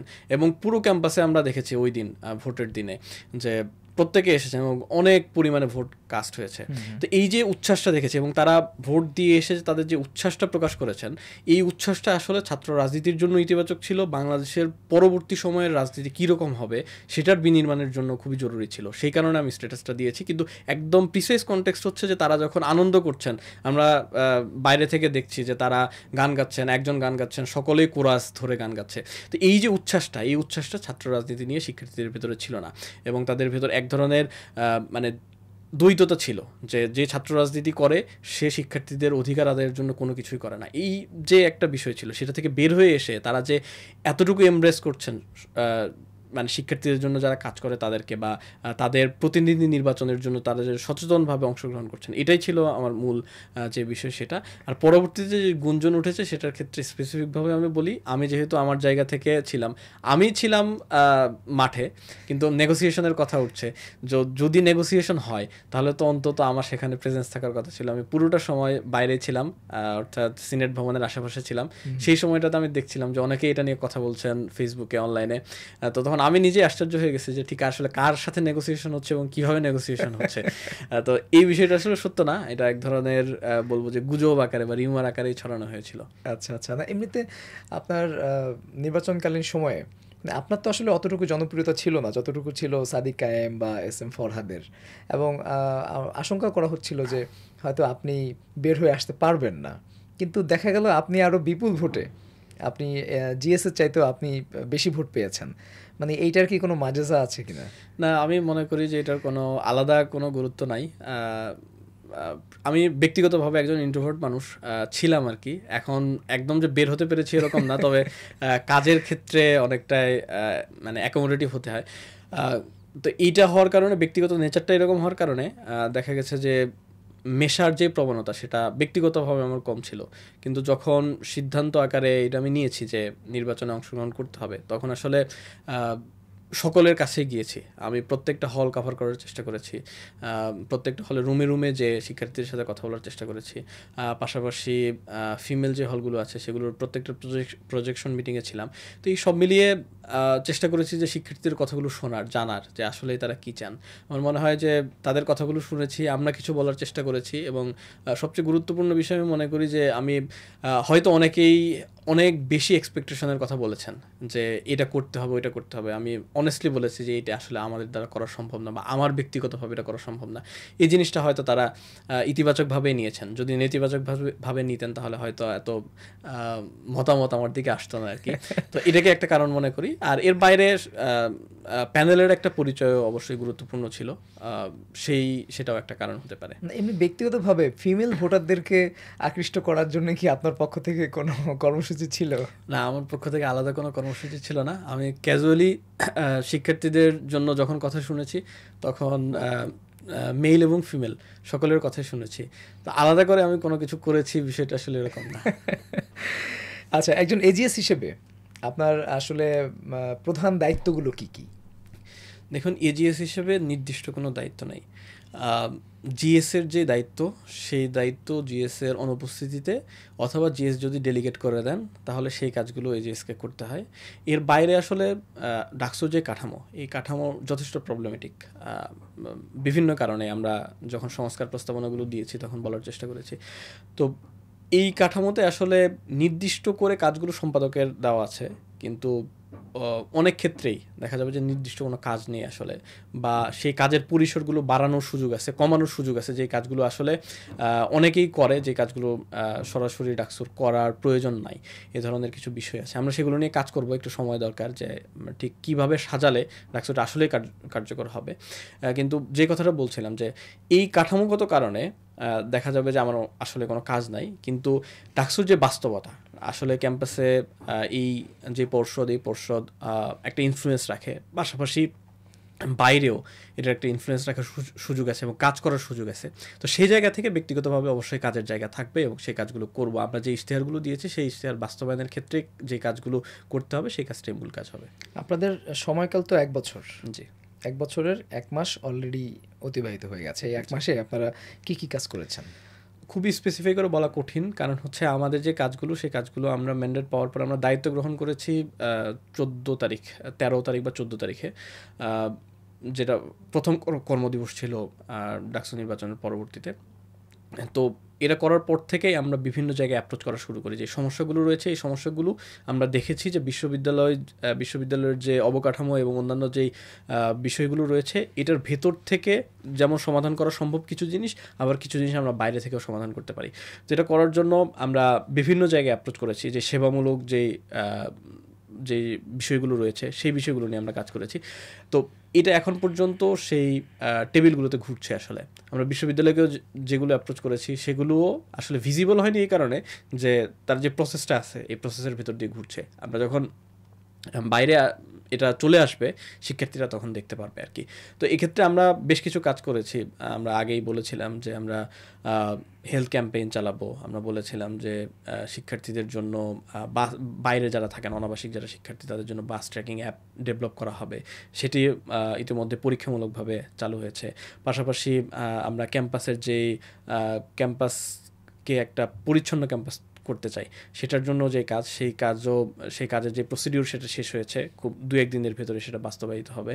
এই ধরনের আরও কিছু কাজ করেছি। শিক্ষার্থীদের মৌলিক একটা সমস্যা ছিল যে তারা আসলে আবাসন সমস্যা তো একটা বড় সমস্যা, এর পাশাপাশি যারাও আবাসনে থাকেন তারাও এক ধরনের বড় সমস্যা, সেটা হচ্ছে যে ছাড় পোকার সমস্যা। তো এটা থেকে যাতে একদম সাস্টেনেবলি এটা থেকে বের হয়ে আসা যায়, দেখা যায় যে হল প্রশাসন কিছু ব্যবস্থা নেন, যে ব্যবস্থাটা আসলে সেরকম দীর্ঘস্থায়ী হয় না। আমরা পুরো 1 বছর যাবত যেই পেস্ট কন্ট্রোলের মাধ্যমে আমরা এই সমস্যাটার সমাধান করতে চাই, সেটা নিয়েও কথা হয়েছে, কাজ শুরু হয়েছে। এর পাশাপাশি অন্যান্য যে কাজগুলো রয়েছে সেটা সামনে আশা করি এই মাস এবং সামনের মাসের ভেতরে ভিজিবল হবে এবং সেটার রেজাল্টগুলো চলে আসবে। আচ্ছা, অনেকে এইভাবে বলে থাকেন যে ডাকসুতে আপনারা যে কাজগুলো করছেন, এই সব কাজগুলো করার দায়িত্ব তো আপনাদের না। আপনারা কি মানে আইন শৃঙ্খলা রক্ষাকারী বাহিনীর কিছু কাজ মানে নিজেদের কাঁধে নিয়েছেন, অথবা বিশ্ববিদ্যালয় প্রশাসনের কিছু কাজ নিজেদের কাঁধে নিয়েছেন? এভাবে কাজগুলো কি আপনারা চাপিয়ে নিচ্ছেন নিজেদের উপর? এই বিতর্ক যদি আমরা করতে থাকি যে আসলে কার কাজ, তাহলে আমরা দেখতে পেয়েছি যে আসলে কাজ হয় না। এবং গত সময়গুলোতে আসলে কি কারণে কাজ হয়নি, এক একজন দায়িত্বটা এড়াতে চেয়েছেন। আমরা চাচ্ছি যে সেই দায়িত্বটা নিয়ে কতটুকু বাস্তবায়ন করা যায়। তো এটাকে ইতিবাচকভাবে দেখার সুযোগ আছে, কিন্তু যারা এটাকে নেতিবাচকভাবে দেখছেন, আমি মনে করি যে তারা তাদের দায়িত্ব এড়াতে চান। তারা চান না যে শিক্ষার্থীদের যেই সমস্যাগুলো আছে সেটা সমাধান হোক। যদি এই সমস্যাটার সমাধান হয়ে যায় তাহলে উপকৃত হবেন কারা? শিক্ষার্থীরা। তো এই শিক্ষার্থীদের যে স্বার্থ, সেই স্বার্থ যদি বাস্তবায়িত হয় তাহলে আমার মনে হয় না যে এখানে কোনো সমস্যা আছে। শিক্ষার্থীরা অন্তত সমস্যা মনে করেন না, সেটার প্রমাণ আমরা নির্বাচনে পেয়েছি। কিন্তু যে বিতর্কটা আছে এটা অবশ্যই ভ্যালিড বিতর্ক, তাহলে বিশ্ববিদ্যালয় প্রশাসনের কাজ কি, যারা ওই দায়িত্বগুলো পালন করার কথা সেক্ষেত্রে তারা কি দায়িত্ব পালন করছেন। আমরা তো তাদের সাথে বসছি, তাদের সাথে নিয়মিত আমরা যোগাযোগ রাখছি এবং তাদের যে দায়িত্ব সেই দায়িত্ব পালন করতে আমরা বাধ্য করছি। কিন্তু বিশ্ববিদ্যালয়ের যে বাস্তবতাগুলো আমরা দেখে এসেছি, যারা সমালোচনা করছেন তারা ওই বাস্তবতাগুলো নিয়ে জানেন। সেই জায়গা থেকে যেমন আমরা বারবার আমরা বলছি যে রিডিং রুমগুলোতে এসি দেওয়া দরকার যাতে তারা কমফোর্টেবলি পড়াশোনা করতে পারেন। তো এই বিষয়টা বিশ্ববিদ্যালয় থেকে আদায় করে নেওয়ার যে প্রসেস, এই প্রসেসটা দীর্ঘমেয়াদী একটা প্রসেস এবং আমরা আশঙ্কা করি যে এইটা হয়তো বিশ্ববিদ্যালয় প্রশাসন দিতে ব্যর্থ হবে শেষ পর্যন্ত। যখন আমার সুযোগ আছে শিক্ষার্থীদের জন্য এই কাজটা করার অন্য কোনো সোর্স থেকে, যারা স্বপ্রণোদিত হয়ে এই কাজটা করতে চান, তাহলে আমরা এই সুবিধাটা কেন নিব না? বিশ্বের বিভিন্ন বিশ্ববিদ্যালয় এগুলো চলে কিভাবে? বিভিন্ন ডোনেশন, বিভিন্ন ফান্ডিংয়ের মাধ্যমে তো চলে। তো আমরা সে কথা বলছি না যে এটাকে একটা প্রাইভেট ইউনিভার্সিটি হয়ে যেতে হবে বা এ ধরনের একটা মডেলে চলে যেতে হবে, কিন্তু বিশ্ববিদ্যালয়ে যে কাজগুলো করার কথা সেই কাজগুলো করতে তো আমরা অবশ্যই বাধ্য করব। আমরা আজকেও কথা বলে এসেছি, আমি বললাম পাশাপাশি যেই কাজগুলো করার সুযোগ আছে ইতিবাচকভাবে সেই কাজগুলো অবশ্যই আমাদের করতে হবে। এটা যদি আমরা না করি তাহলে যে ম্যান্ডেটগুলো আমরা দিয়েছি বা যেই কথাগুলো আমরা প্রমিস করেছি তাদের কাছে, শিক্ষার্থীদের কাছে, তারা এটা থেকে প্রতারিত ফিল করবেন। আমরা চাই না যে আমাদের দায়িত্ব আর কারো উপর চাপায় দিয়ে আমাদের নিজের যে স্বার্থ সেটা উদ্ধার করতে, বরং শিক্ষার্থীদের জন্য কাজ করতে চাই। শিক্ষার্থীদের জন্য আপনারা এসির ব্যবস্থা করছেন, বাট আপনাদের অফিসেও এসি নিয়ে এই মুহূর্তে খুব আলোচনা হচ্ছে, আপনারাও আপনাদের অফিসে এসি লাগাচ্ছেন এবং সেটা নিয়ে ভিসি স্যার বলেছেন যে তিনি নিজেই ডাকসু এবং তাকে কোনোভাবে চাপ দেওয়া হয় নাই। এইটার ইয়াটা কি আসলে? আজকে সে জায়গা থেকে আসছি।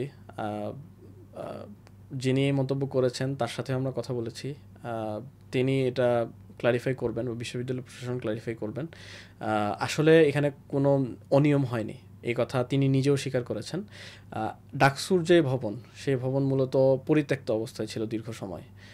বিশেষ করে আগের যে পর্ষদ, সেই পর্ষদের ভিপি যিনি ছিলেন তার এবং তার সমর্থকদের উপরে হামলা করা হয় এবং হামলা করার পরবর্তীতে সেখানে অনেক অবকাঠামোগত যে অবস্থা ছিল সেই অবস্থাটা খুবই ভঙ্গুর ছিল। চেয়ার টেবিল ভাঙা হয়েছিল সেই হামলায়। তো সেই জায়গাগুলোকে বসার উপযোগী করতে রিনোভেশনের দরকার ছিল। আমরা রিনোভেশনের জন্য বিশ্ববিদ্যালয় প্রশাসনের কাছে আবেদন জানিয়েছিলাম। বিশ্ববিদ্যালয় প্রশাসন একটা বাজেট অ্যাপ্রুভ করেছেন।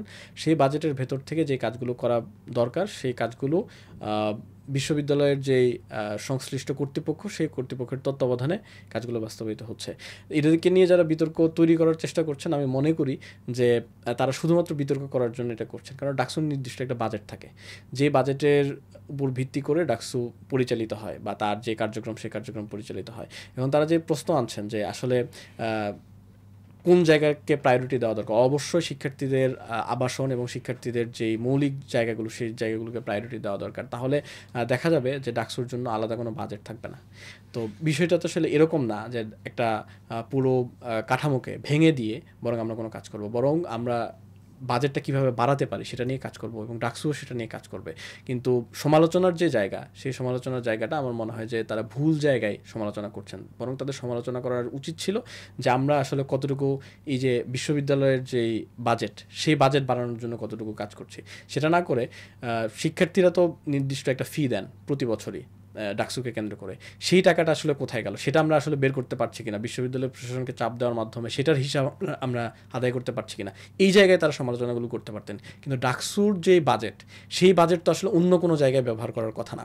তো এই জায়গাগুলো আমরা যদি আইডেন্টিফাই করতে পারি যে আসলে কোন জায়গাগুলোতে সমালোচনা করা উচিত, কোন জায়গাগুলোতে সমালোচনা করা উচিত না, তাইলেই আমার কাছে মনে হয় যে একটা সুন্দর পরিবেশ তৈরি হবে, ডাকসুর জন্য কাজ করা সহজ হবে এবং যেই বিতর্কটা তৈরি করা হচ্ছে, যে মিসকনসেপশনটা শিক্ষার্থীদের ভিতর তৈরি করা হচ্ছে যে ডাকসু সব কিছু নিয়ে যাচ্ছে, শিক্ষার্থীদের জন্য কিছু করছে না, এটা মিটিগেট করা সম্ভব হবে।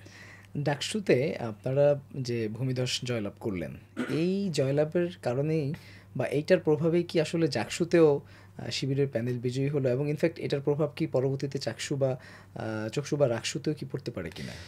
ঠিক এটা মনে করি না। আমি মনে করি যে ছাত্র শিবির জুলাই অভ্যুত্থানের পর থেকে বারবার চেষ্টা করেছে যে ইতিবাচক রাজনীতি করার ক্যাম্পাসগুলোতে, এবং প্রত্যেকটা ক্যাম্পাসেই কাজের ধরন প্রায় একই ছিল, ক্যাপাসিটি অনুযায়ী বাস্তবায়িত হয়েছে কিন্তু কাজের ধরন প্রায় একই ছিল। একই সাথে ছাত্র শিবিরের ব্যাপারে যে ধরনের ন্যারেটিভ তৈরি করা হয়েছিল দীর্ঘ সময় ধরে, ছাত্র শিবিরের নামে বিভিন্ন অপবাদ দিয়ে বিভিন্ন মিথ তৈরি করে, তো সেটা শিক্ষার্থীরা যখন ছাত্র শিবিরের সাথে মিশেছে তখন জানতে পেরেছে সে তো আমারই বন্ধু, আমি তো তাকে 5 বছর ধরে দেখেছি, তার সাথে আমি বেড শেয়ার করি, তার সাথে দেখা যায় যে একসাথে ক্লাস করি। তো তাকে যখন আমি দেখি তার রাজনৈতিক পরিচয়ের বাইরে যেয়ে, তখন আমি তাকে একটা ভালো মানুষ হিসেবেই জানি। তো আমি আমার বন্ধুকে যখন এইভাবে দেখি, আরও 10 জন যখন এইভাবে দেখছেন, তখন ছাত্র শিবির একটা সংগঠন হিসেবে ছাত্র শিবিরের ব্যাপারেও এক ধরনের পারসেপশন চেঞ্জ হয়েছে, এবং এর পাশাপাশি অন্যান্য যে সকল ইতিবাচক কার্যক্রমগুলো পরিচালিত হয়েছে ক্যাম্পাসে, সেগুলো একটা গুরুত্বপূর্ণ ভূমিকা রেখেছে। ফলে এই যে মিথটা ভেঙে দেওয়া হলো, এইটাও একটা বড় কারণ যে শিক্ষার্থীরা এই মিথটাকে মনে করেছে যে মিথ্যা, এবং এই মিথটা কারা তৈরি করেছিল যে যারা ফ্যাসিবাদ বাংলাদেশে কায়েম করেছে এবং সেটাকে দীর্ঘায়িত করেছে।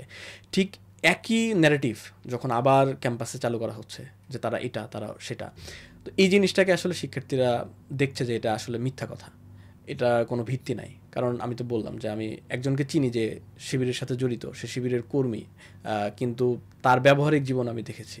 তো ফলে শিক্ষার্থীরা যখন কাছ থেকে ছাত্র শিবিরকে দেখার সুযোগ পেয়েছে, তখন এ ধরনের মিথ যখন ভেঙে গেছে, তখন তারা শিক্ষার্থীরা আমাদেরকে গ্রহণ করেছে।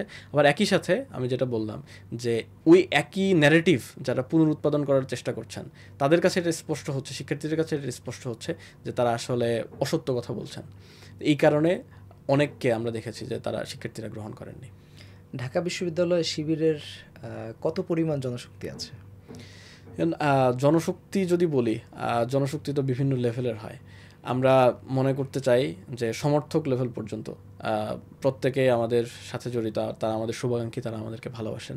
তো আমরা যদি ফ্র্যাঙ্কলি বলি, যারা আমাদেরকে ভোট দিয়েছেন, যারা আমাদেরকে সমর্থন করেন, প্রত্যেকেই তো আমাদের অবশ্যই তারা জনশক্তি। একই সাথে আবার এটাকে অন্যভাবে দেখারও সুযোগ আছে, আমাদের যে মৌলিক কাঠামো, সেই কাঠামো তো আমাদের একটা ক্যাডার ভিত্তিক সংগঠন, তো সেই হিসেবে আমাদের আলাদা একটা ম্যান পাওয়ার অবশ্যই আছে। কিন্তু আমরা মনে করি যারা আমাদেরকে সমর্থন করেন প্রত্যেকের ব্যাপারে আমরা অ্যাকোমোডেটিভ থাকবো। একই সাথে আবার বিশ্ববিদ্যালয়ের অন্যান্য শিক্ষার্থীরা আছেন যারা আমাদেরকে হয়তো চাননি, বা আমাদের যে আদর্শ, আমাদের যেই চিন্তা, সেটার সাথে তারা একমত পোষণ করেন, এটা খুবই স্বাভাবিক একটা গণতান্ত্রিক পরিবেশে। কিন্তু তাদেরকেও আমরা অ্যাকোমোডেট করতে চাই, আমাদের যেই সাংগঠনিক যেই প্রোগ্রামগুলো সেগুলোতে অ্যাকোমোডেট করতে চাই। ডাকসুকেও তো অবশ্যই অ্যাকোমোডেটিভ থাকতে হবে সকলের জন্য, কারণ আমরা সকল শিক্ষার্থীদের প্রতিনিধি। তো এই জায়গা থেকে যদি ছাত্র শিবিরের ব্যাপারে স্পেসিফিক বলি, সেটা হচ্ছে যে যারা আমাদের সমর্থন করেন, তারা আমাদের ভোট দিন বা না দিন, প্রত্যেকেই আমাদের জনশক্তি। এবং এই জনশক্তিদের মধ্যে মেয়ে শিক্ষার্থী, নারী শিক্ষার্থী যারা রয়েছে, তারাও কি আপনারা নিজেদের আমাদের কাঠামোতে আমরা শুধুমাত্র ছাত্রদের নিয়ে কাজ করি, মেল যারা স্টুডেন্ট আছে তাদেরকে নিয়ে কাজ করি। এটা কিছু ক্ষেত্রে সাংগঠনিক সীমাবদ্ধতা বলতে পারেন, আবার অনেক ক্ষেত্রে স্ট্রেংথও বলতে পারেন। এটা যার পার্সপেক্টিভের ব্যাপার, তিনি যেভাবে দেখতে চান মূলত। কারণ হচ্ছে আমি বারবার বলি, যেটা স্পষ্ট করে বলা দরকার, যে আমরা একটা ভ্যালু বেসড সংগঠন, আমাদের নির্দিষ্ট কিছু ভ্যালু আছে, কিছু প্রিন্সিপাল আছে। তো এই প্রিন্সিপালগুলোর সাথে আমরা কম্প্রোমাইজ করতে পারি না।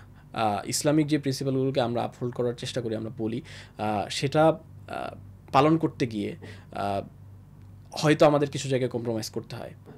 যেমন হচ্ছে আমরা যদি পর্দার কথা বলি, একটা সাংগঠনিক কাঠামোতে পর্দার যে অ্যাকোমোডেশন, সেই অ্যাকোমোডেশনটা আসলেই পর্দার যে মেইন যে উদ্দেশ্য, সেই উদ্দেশ্যকে ব্যাহত করে। সেই কারণে আমাদের কিছু জায়গায় সতর্ক থাকতে হয়। এটা যেমন সত্য, ঠিক তেমনই আমরা যখন শিক্ষার্থীদের সাথে কাজ করছি, প্রত্যেকের সাথে কাজ করছি, আমরা নির্বাচনের সময় যখন শিক্ষার্থীদের সাথে কথা বলি, সকলের সাথে কথা বলতে হয়েছে। এটা একটা সামাজিক বাস্তবতা আমাদের এই অঞ্চলের। তো এবং আমরা সব জায়গায় এটা দেখতে পাচ্ছি। তো এই বাস্তবতাকেও আমাকে অ্যাকোমোডেট করতে হচ্ছে। আবার আমি যেই প্রিন্সিপালের কথা বলছি, এই প্রিন্সিপালটাকে আমাকে ধারণ করতে হচ্ছে, কারণ আমি যেই আইডিয়াটা প্রিচ করি, সেটার বাইরে যে আমি আসলে কোনো কিছু করতে পারি না। তো এই কারণে এটা একটা সীমাবদ্ধতাও বলা যায়। আবার অনেক ক্ষেত্রে বলা যায় যে আমরা যেহেতু ওই জিনিসটাকে কম্প্রোমাইজ করছি না, বা এই জিনিসটা যখন আমরা প্রিচ করছি যে আমরা নির্দিষ্ট ভ্যালুজ সিস্টেমের ভেতরে আছি, আমরা এই প্রিন্সিপালগুলোকে ধারণ করি, এইটাকে আবার অনেকে স্ট্রেংথ হিসেবে নিয়ে আমাদের সাথে যোগ দিচ্ছেন। একটা বিষয় আমরা দেখি, অনেক সময় যারা পলিটিক্স করেন, তখন নিজের ব্যক্তিগত কিছু ভ্যালুস, ব্যক্তিগত কিছু এথিক্স থাকে, কিছু দৃষ্টিভঙ্গি থাকে, কিন্তু দলের সাথে সেই দৃষ্টিভঙ্গির একটা সংঘর্ষ অনেক সময় দেখা যায়। তখন কেউ হয়তো ব্যক্তিগত সেই এথিক্সের সাথে কম্প্রোমাইজ করেন, এবং তিনি হয়তো দলের সিদ্ধান্ত তখন মেনে নিতে বাধ্য হন। এই ধরনের কোনো ঘটনা কি ছাত্র শিবিরের সাথে হয়? আমি মনে করি এটা হওয়ার সম্ভাবনা খুব কম। ব্যক্তিগতভাবে আমার ক্ষেত্রে কখনো হয়নি। এটার কারণ হচ্ছে যে অবশ্যই কিছু জায়গায় কনফ্লিক্টিং সিচুয়েশন তৈরি হয়ে যেতে পারে, এটা তো স্বাভাবিক একটা বিষয়।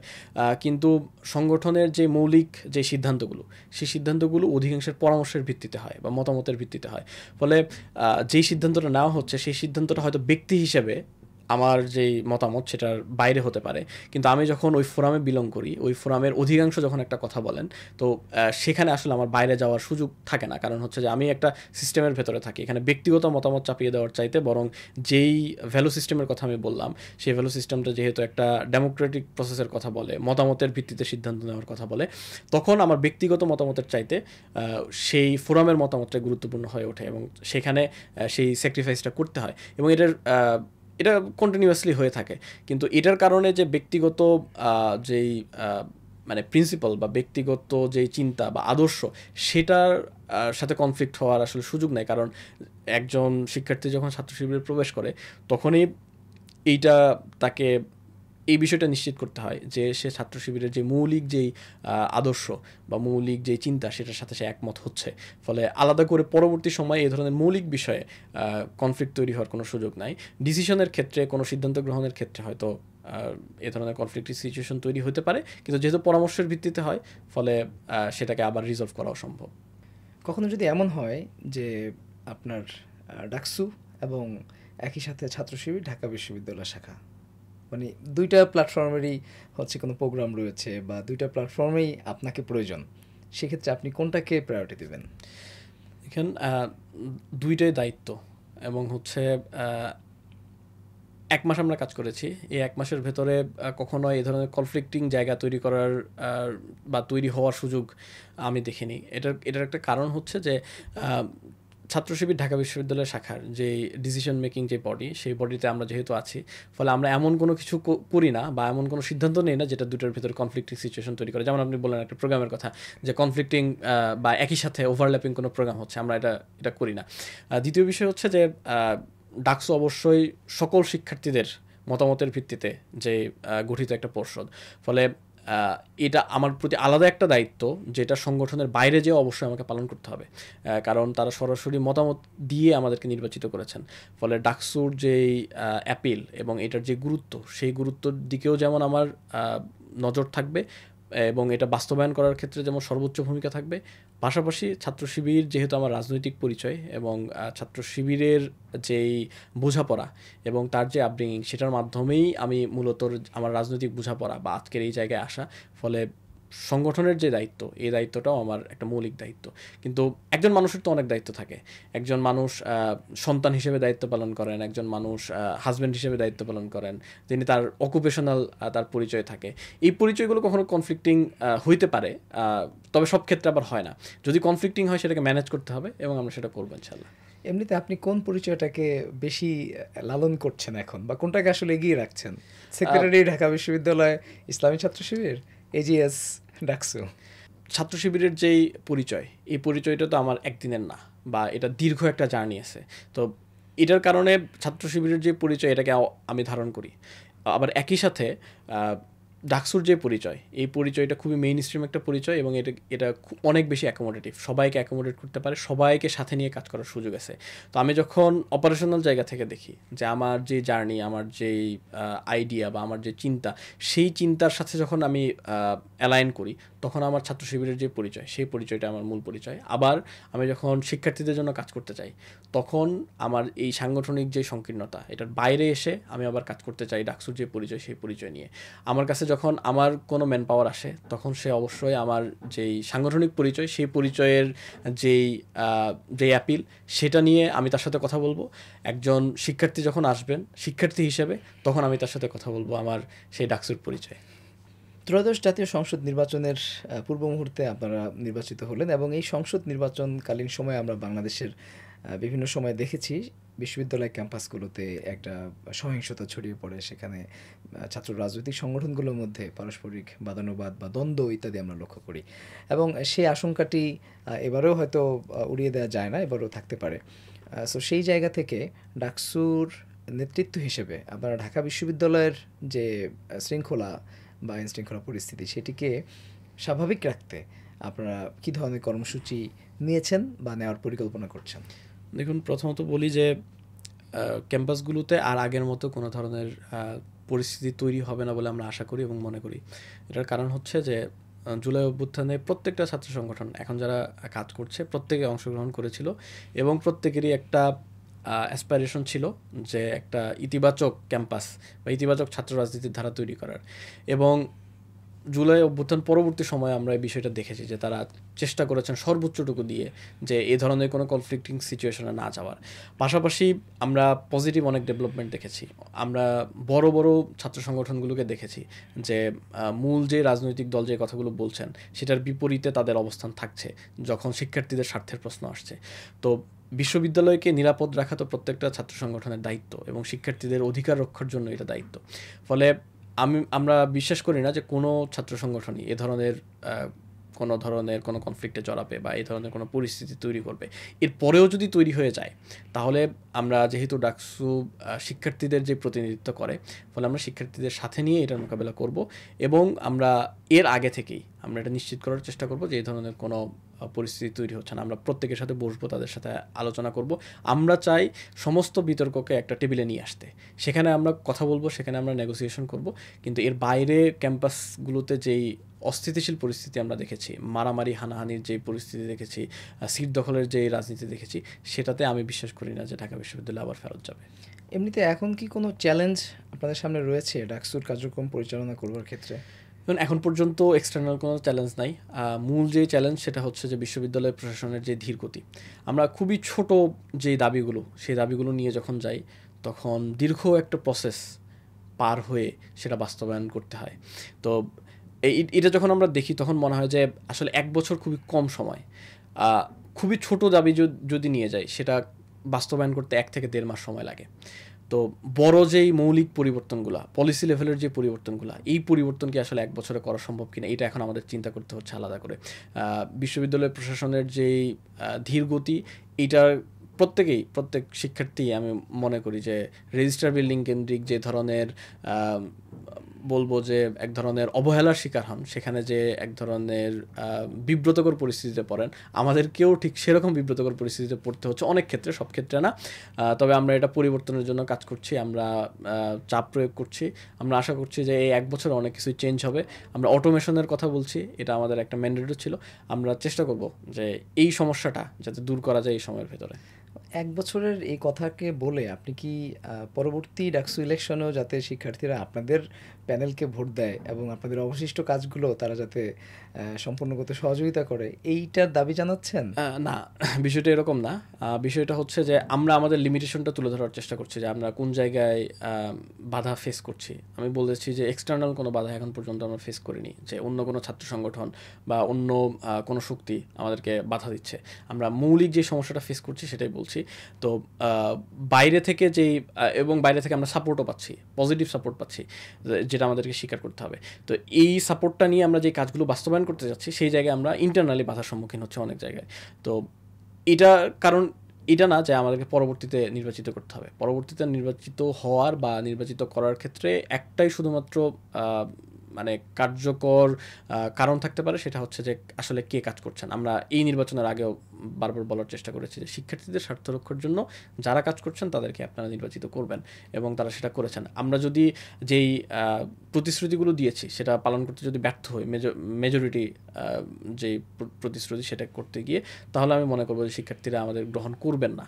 এটা নিয়ে আমাদের আত্মসমালোচনা করা দরকার। কিন্তু আমরা সর্বোচ্চ চেষ্টা করব যে যাতে সবগুলো ইশতেহার আমরা বাস্তবায়ন করতে পারি, এবং এটার মাধ্যমে আমরা দাবি করব যে আমাদের একমাত্র দাবি হবে যে আমরা ইশতেহারগুলো বাস্তবায়ন করেছি, আমরা যেই প্রতিশ্রুতিগুলো দিয়েছিলাম এটা বাস্তবায়ন করেছি, ফলে আমাদের পরবর্তী যে নির্বাচন সেই নির্বাচনেও যাতে আমাদেরকে বিজয়ী করা হয়, তাহলে আমরা পরবর্তীতে আরও অনেক কাজ করতে পারবো। কিন্তু বিশ্ববিদ্যালয়ের প্রশাসনের যে ধীরগতির কথা আপনি বললেন, এবং একই সাথে আমি একটু যোগ করি আপনাদের কেন্দ্রীয় সেক্রেটারি জেনারেলের একটি কথা, আমি যদি ভুল না করি, তিনি এমনটি বলেছিলেন যে ডাকসুর যে ইশতেহারগুলো তারা 5 মাসেই সেটি করে ফেলবে এবং পরবর্তী 7 মাসে হয়তো ভিন্ন কোনো কাজ তারা করবে।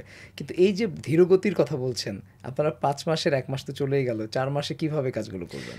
2টা লেভেলে কাজ আছে আমাদের যে ইশতেহারগুলো, এটা যদি দেখেন, একটা হচ্ছে সেবামূলক কাজ এবং আরেকটা হচ্ছে পলিসিগত চেঞ্জ। আর কিছু আছে বিশ্ববিদ্যালয়ের মৌলিক কাজ, ইনফ্রাস্ট্রাকচারাল ডেভেলপমেন্ট রিলেটেড কাজ।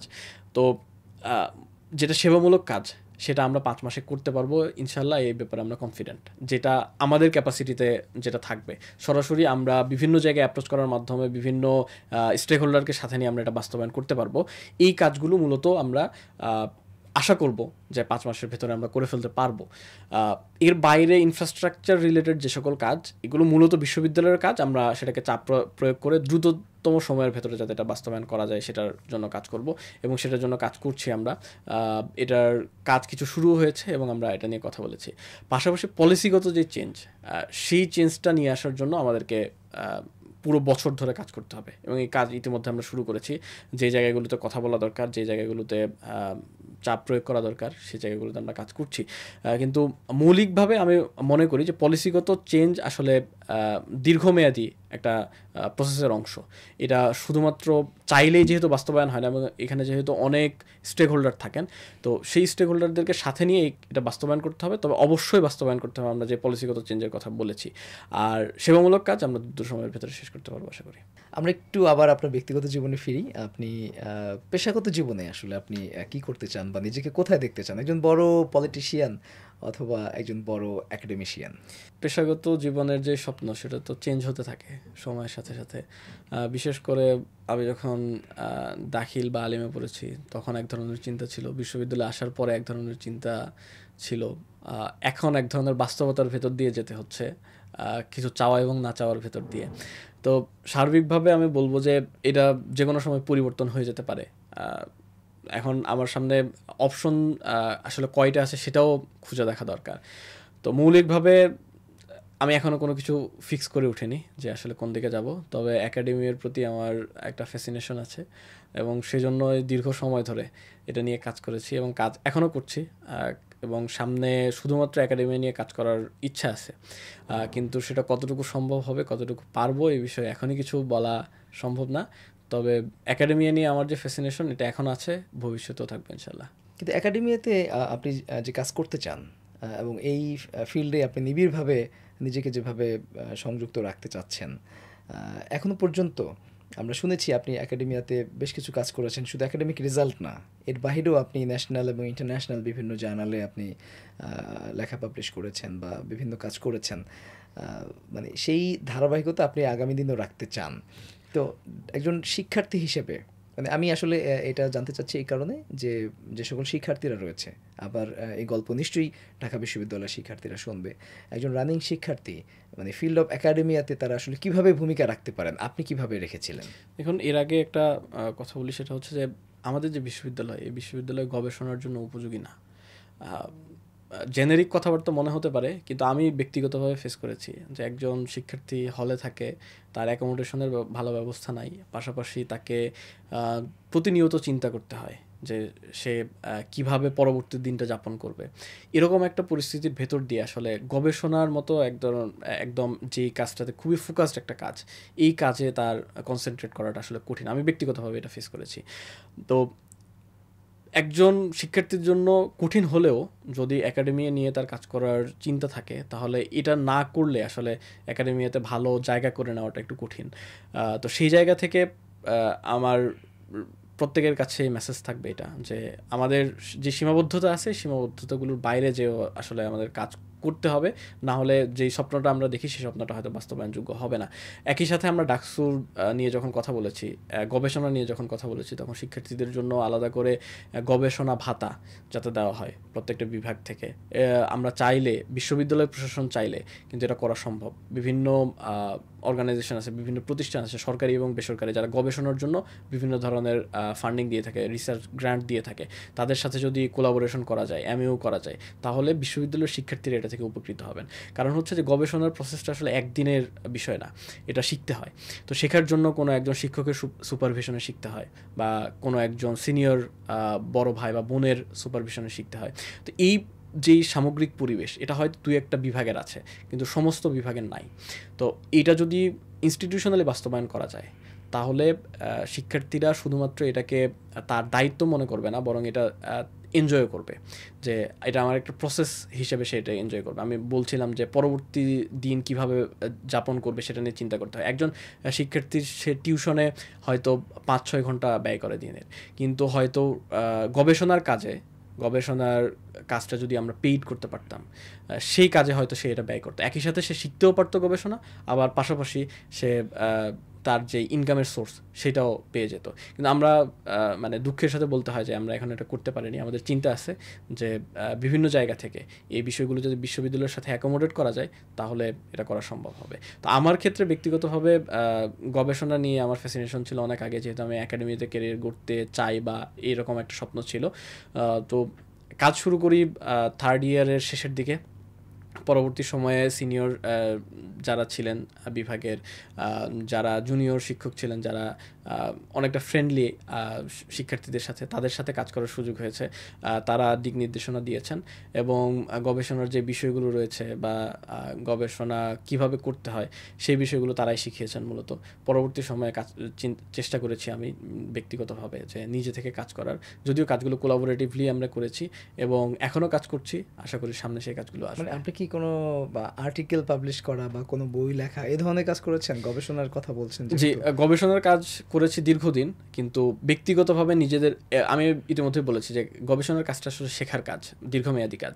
তো এই কাজটা শুধুমাত্র একদম শুরু থেকে নিজের জন্য করা যায় না, হয়তো আরেকজনের সাথে থেকে থেকে শিখতে হয়। তো আমার জার্নিটা শুরু হয়েছিল 3rd ইয়ারের মাঝামাঝি সময়টা থেকে। পরবর্তীতে আমি ব্যক্তিগতভাবে নিজেই কাজ করা শুরু করি ফাইনাল ইয়ার এবং ফাইনাল ইয়ারের শেষে এবং মাস্টার্সের শুরুতে। তো এর পরবর্তী সময়ে কিছু কাজ করেছি, যে কাজগুলো বিভিন্ন জার্নালে প্রকাশিত হয়েছে। আশা করি আরও কিছু কাজ আছে, সেই কাজগুলো আসবে সামনে ইনশাআল্লাহ। জনাব মহিউদ্দিন খান, আপনি প্রচণ্ড ব্যস্ত এবং একই সাথে ডাকসু এবং শিবিরের কার্যক্রম নিয়েও আপনার ব্যস্ততা রয়েছে যথেষ্ট। আপনি এই ব্যস্ততার মাঝেও আমাদেরকে সময় দিয়েছেন, আপনাকে অনেক ধন্যবাদ। ধন্যবাদ। সুপ্রদর্শক, আপনারা এতক্ষণ শুনছিলেন ডাকসুর এজিএস এবং ইসলামী ছাত্র শিবির ঢাকা বিশ্ববিদ্যালয় শাখার সেক্রেটারি জনাব মহিউদ্দিন খান। তিনি তার অভিজ্ঞতার আলোকে এবং ডাকসু নিয়ে তার যে পরিকল্পনা, ডাকসু নিয়ে তাদের যে ইশতেহার ছিল সেগুলো কিভাবে বাস্তবায়ন করবেন বা বিগত 1 মাসে তিনি কী কী কাজ করেছেন, আনুষঙ্গিক বিষয়গুলো নিয়ে আজকে আমরা মহিউদ্দিন খানের সাথে কথা বলেছি। আশা করি আপনাদেরও আমাদের এই আড্ডা ভালো লেগেছে। আমাদের পুরো অনুষ্ঠানটি উপভোগ করবার জন্য আপনাদের প্রতি কৃতজ্ঞতা জানাচ্ছি এবং একই সাথে আমাদের এই অনুষ্ঠানটি আপনাদের লাইক, কমেন্ট, শেয়ারের মধ্য দিয়ে সারা পৃথিবীতে ছড়িয়ে পড়বে আশাবাদ ব্যক্ত করছি। এবং একই সাথে আমাদের চ্যানেলটি যদি আপনারা সাবস্ক্রাইব করে না থাকেন তাহলে আমাদের চ্যানেলটি সাবস্ক্রাইব করবার আমন্ত্রণ জানিয়ে আজকের মতো এখানেই বিদায় নিচ্ছি। আল্লাহ হাফেজ।